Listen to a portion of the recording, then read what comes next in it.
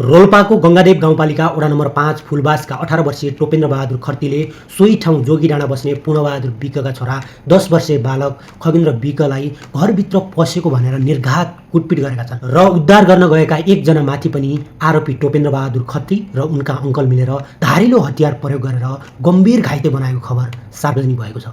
दुनियाँका मान्छेहरू चन्द्रमामा एक फन्को लगाएर कसरी मङ्गल ग्रहमा मानव बस्ती बसाल्ने भन्ने ठाउँमा पुग्दा हाम्रो नेपाली समाज अझ पनि दलितले छोएको खाना हुँदैन, दलित घरभित्र पस्यो भने अछुत हुन्छ भन्ने कुरामा अल्झिएको देख्दा म पनि दलित भएर होला साँच्चै मन छिन्न भिन्न हुन्छ। खगेन्द्र सुनारको धेरैले चाहिँ बोल्ने शैली भएन, सांसद भएर पनि भनेर चाहिँ धेरैले मजाक उडाउँछन्, तर अझ पनि नेपाली समाजमा दलितका छोरीचेलीलाई हेर्ने दृष्टिकोण फरक छ।